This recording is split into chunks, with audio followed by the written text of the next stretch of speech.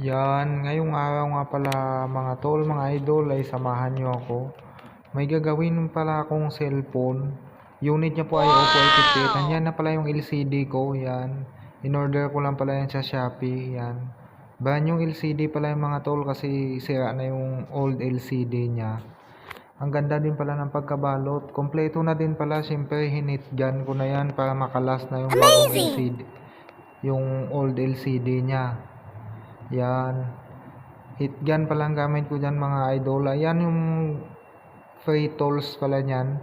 Yan. Siyempre tinanggal ko na yung LCD.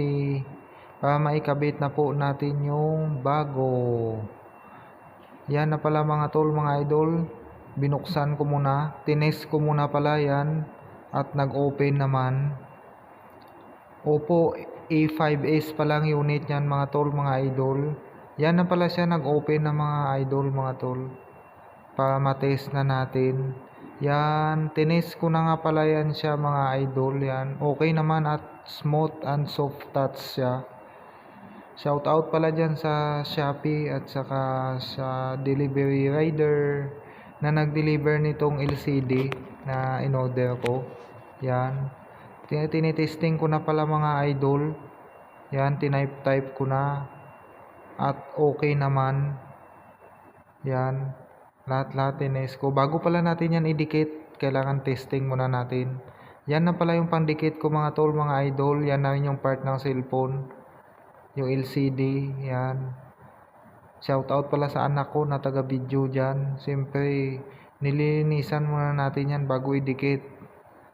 Yan na. Dinikitan ko na nga pala ng B7000 adhesive glue yung frame ng cellphone mga idol, mga tol.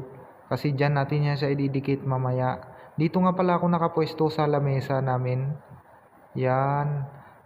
Dinikit ko na nga pala siya. Siyempre dahan-dahan ng mga idol, mga tol. Para hindi siya mabitak. Yan. Tapos mamaya-maya ay lalagyan na natin yan ng goma.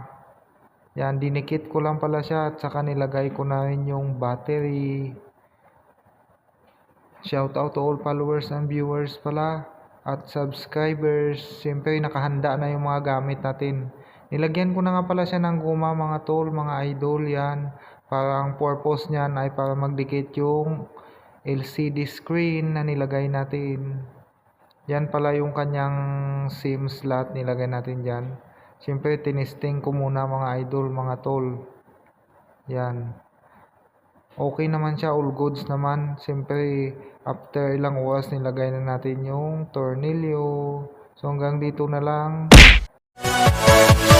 Yeah!